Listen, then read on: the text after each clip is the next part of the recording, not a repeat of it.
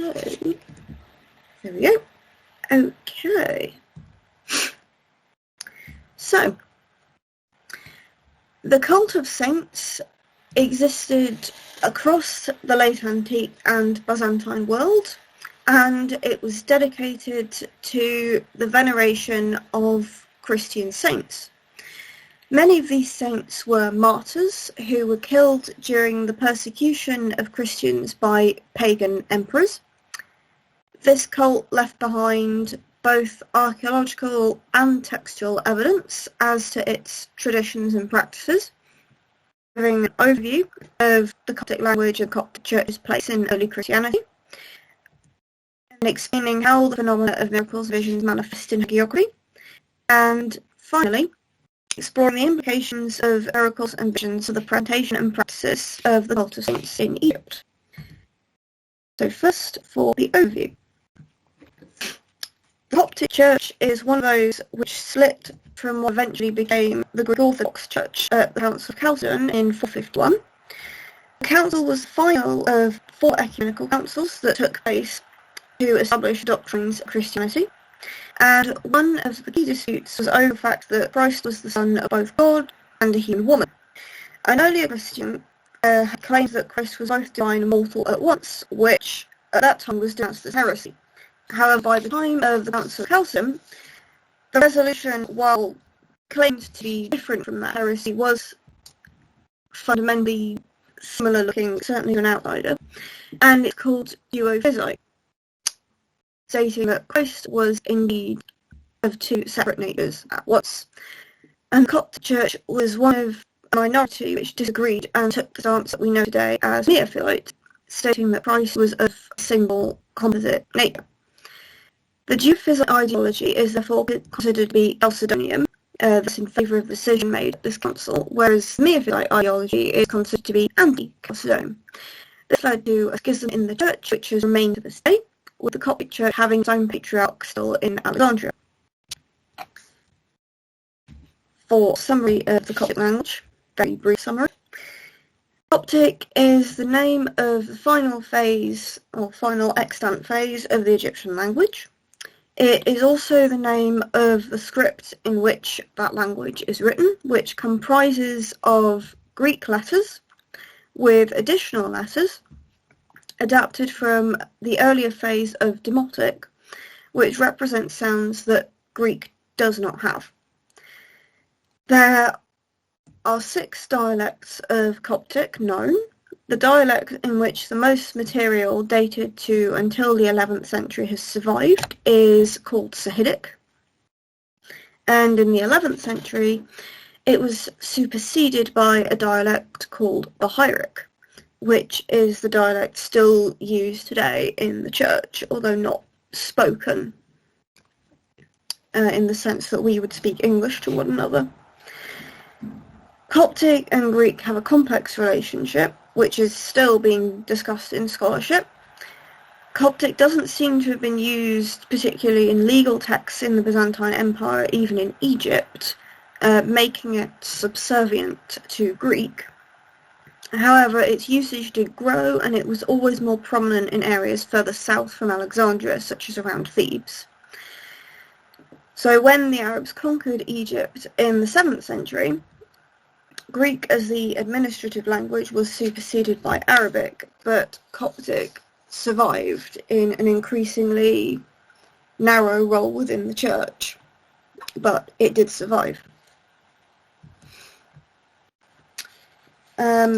All of the hagiography used in this paper has been previously edited, although not necessarily recently, with additions dating as far back as 1914. As I have collated the visions from hagiography for my thesis, I have therefore offered corrections to translations as necessary. All of the hagiography used in this paper is preserved in Coptic. There is also hagiography in other languages, particularly Greek, but of hagiographical material that has been found in Egypt, Coptic seems to have been the language of choice. These texts have survived in manuscripts dating to, at the earliest, the 6th century, and at the latest, the 10th. So they're likely to be later copies of earlier originals, which cannot be taken as indicative or representative of when they were originally composed, but nonetheless provide an insight into the functioning of the cult of saints in Egypt from the time of late Byzantine and early Arab rule. There are three types of text. The first is the encomium, which was read out on a saint's feast day to a congregation. These texts are therefore written as though spoken to an audience, and each one is attributed to a notable member of the church hierarchy. The other types of text may also have a spoken element, but less prevalently so. Generally, encomia comprise the life, death, and posthumous miracles of martyr saints, and seem to be a synthesis of the narrative or narratives of a saint's tradition, although not always, suggesting that their primary function was to commemorate the saint rather than record information. The second type of text is the martyrdom, which narrates the trial, torture, and execution of a saint. And the final type of text is the miracle collection, which contains posthumous miracles performed by the saint. Both martyrdoms and miracle collections may also include a narrative about the construction of a saint's shrine, but that seems to be secondary to the narration of the saint's trial and execution or their posthumous exploits, perhaps indicating that the experience of being in a site dedicated to a saint while listening to such texts was more important than understanding precisely how said site came about. It also indicates that the saint's saintly achievements, power and benevolence, and ultimately the veneration of them as an idealised Christian, were more important than what we would today consider historical accuracy. And now on to an explanation of miracles and visions. So this paper considers visions and miracles to be distinct, albeit related, phenomena. It considers miracles to be a physical experience that results in physical change, such as healing of an injury, and visions to be a sensory experience that results in non-physical change, such as repentance. However, this is not a fine line, as the interaction of a character appearing in a vision with the character to whom they're appearing also signals to the audience the imminent occurrence of the physical miraculous change. For instance, in healing miracles, often the character appearing in a vision to do the healing makes a sign of a crossover or touches their patient. Likewise, in punitive miracles, the character appearing in a vision may beat or stab the character whom they're punishing. However, as the end results of these miracles could still manifest without visions actually occurring to signal them, this paper maintains that visions and miracles should be treated as distinct, separate phenomena. The sensory change resulting from the visions could take place without the physical change of the miracle taking place. And while visions do seem to function as signalling the imminence of a miracle to the audience, they also perform the function of change for the characters who witness them. Those requiring punishment could purely be chastised by a saint descending from heaven and see the error of their ways without being assaulted. And there are examples of patients being given instructions on how to get themselves healed, but not actually being healed in the moment, and therefore feeling a sense of relief, but not actually experiencing physical respite from their suffering. So in this paper, the term vision refers to the appearance witnessed by an individual or group of something or someone otherwise we wouldn't expect to appear naturally, such as a deceased saint or an angel. However, this does not mean that visions are limited to being visual experiences, as other senses such as touch are also heavily used, as might be implied by the healing and the stabbing.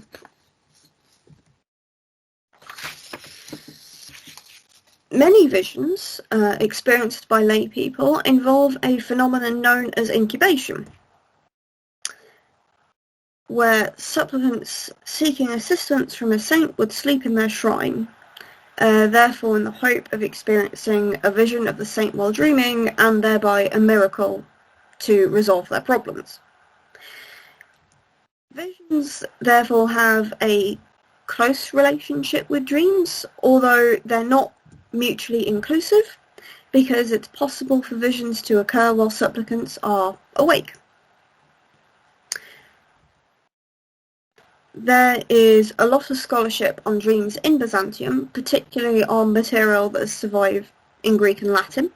However, that scholarship does indeed focus on things seen while asleep, while the visions discussed in this paper can also occur while characters are awake. Therefore, dreams can be seen as one way in which visions can manifest, but our understanding of how visions can manifest should not be limited by this. So now on to the presentation and practices of the cult of saints in all these wonderful visions and miracles.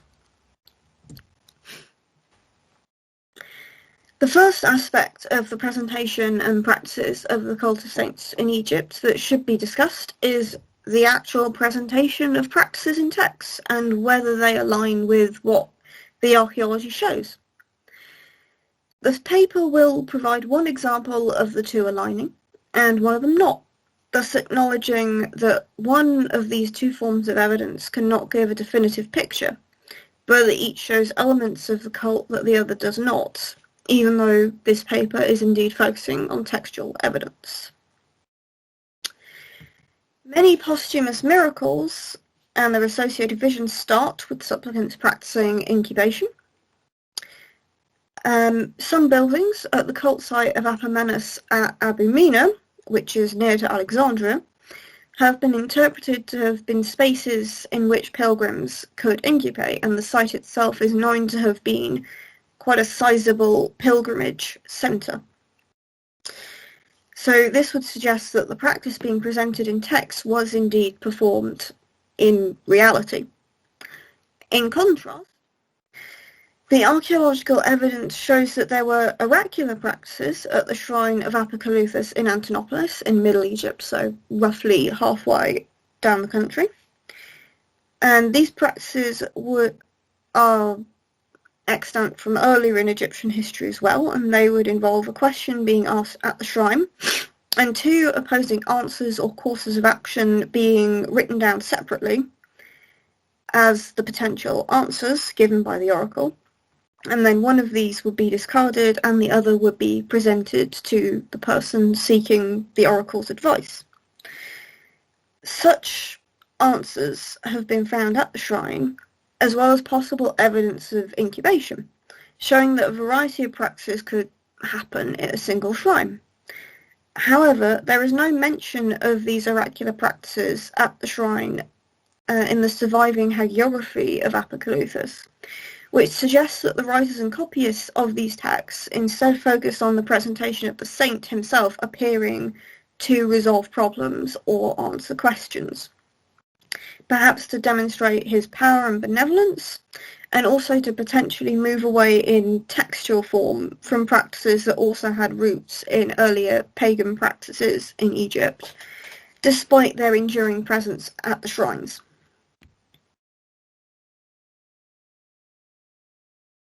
Some texts, meanwhile, give us an insight into the geography of cult sites across Egypt.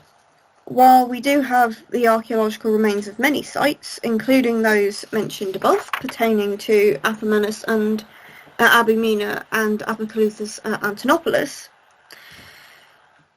there are also shrines attesting hagiography which, if they did exist, are yet to be found. One of these is that of someone called James the Persian at Oxyrhynchus near to the Fayum.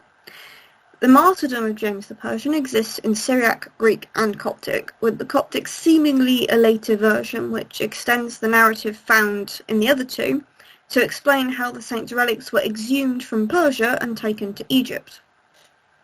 Both scenarios that he did and didn't have a shrine in Egypt are therefore possible, although other foreign saints whose shrines in Egypt have not yet been found also have hagiography in Coptic, which would suggest that shrines may well have existed in Egypt.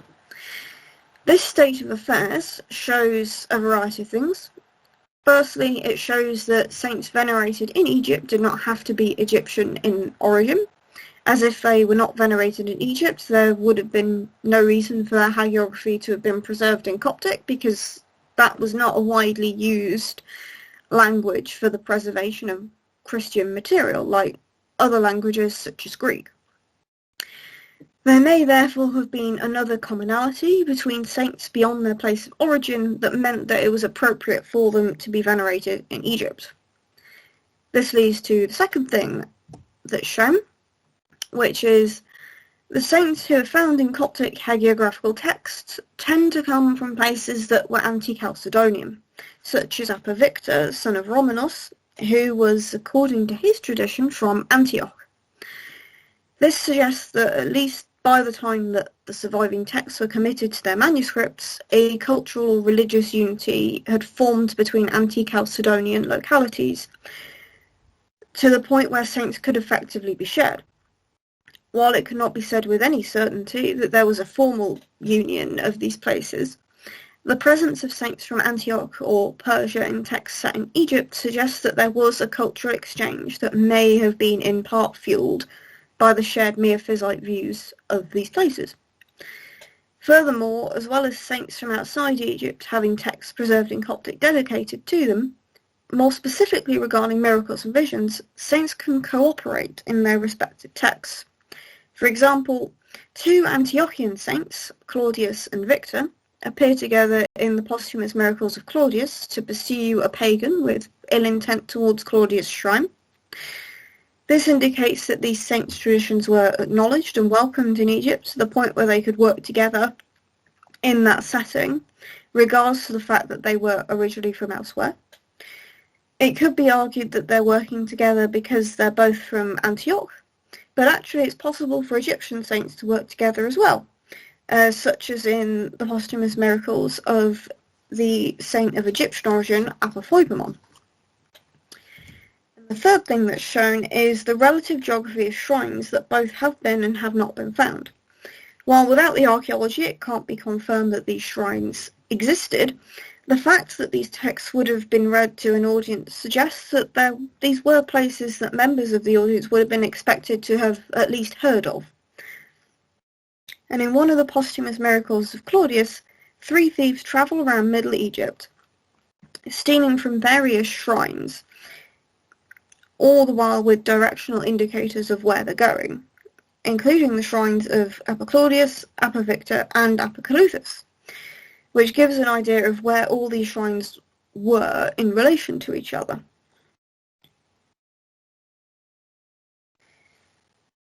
So, the role that saints perform in visions and miracles seems to have varied according to their occupation during their lifetimes.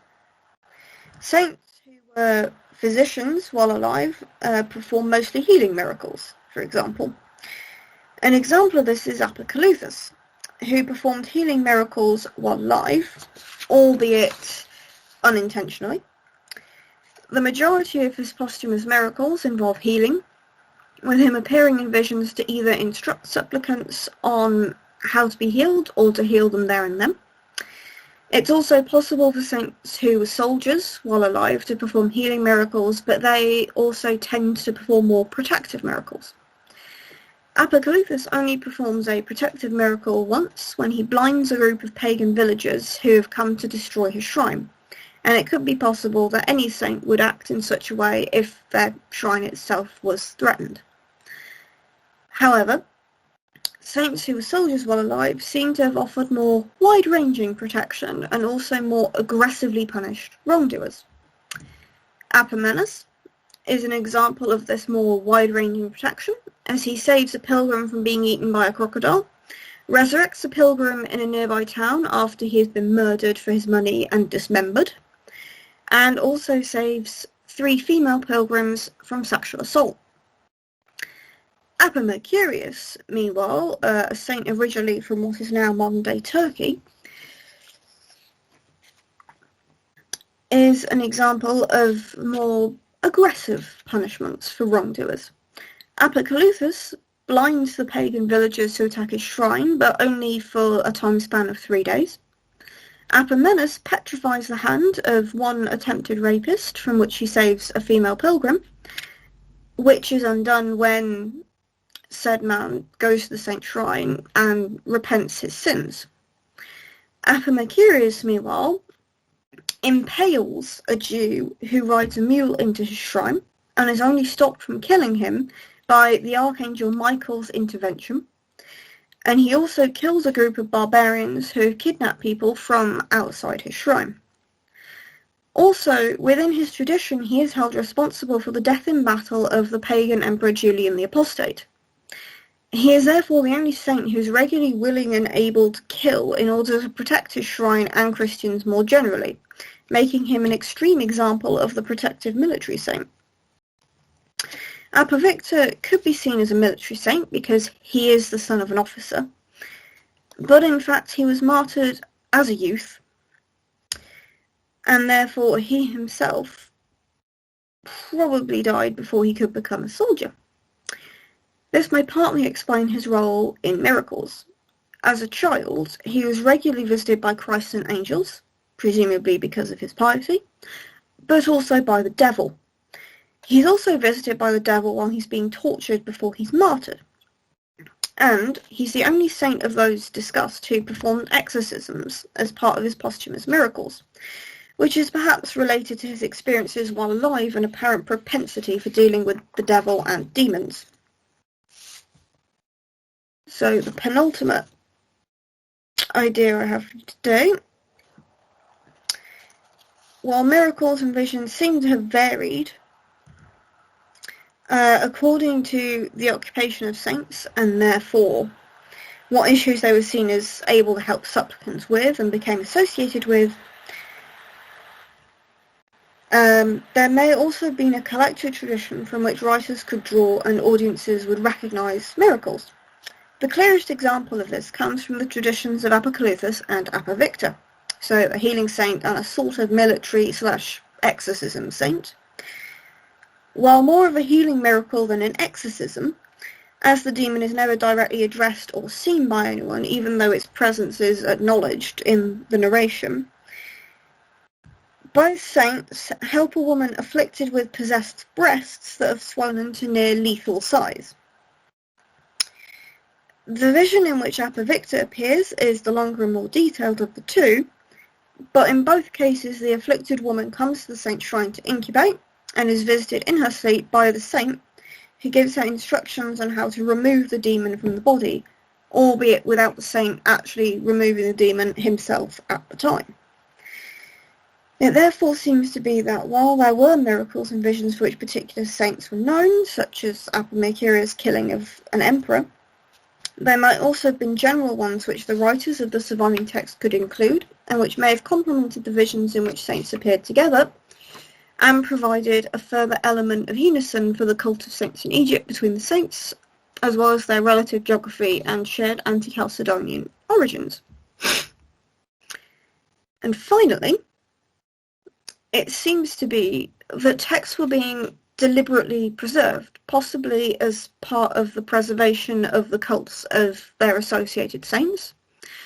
This was done through the apparent copying of texts, as it's reasonable to suppose that the original versions of the narratives would have been composed or committed to writing centuries earlier, closer to the time of the saint's actual death.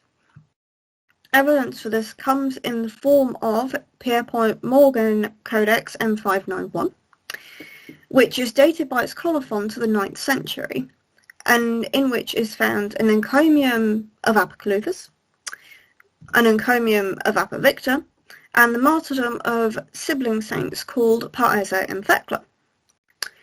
This codex was found at the monastery of the Archangel Michael in the Fayum region, but the saints in these texts were associated with the cities of Antinopolis, Antioch, and Alexandria respectively, none of which, by not modern transport terms, can be considered close to the Fayum. This therefore supports the idea that these narratives were being preserved across the Eastern Christian world, and that their preservation in Egypt was practiced in Coptic. It could therefore also be suggested that the active copying of narratives, which may have originated centuries prior, not only maintained physical copies of the text, but also served as active engagement with the narratives and thus with the cult of saints.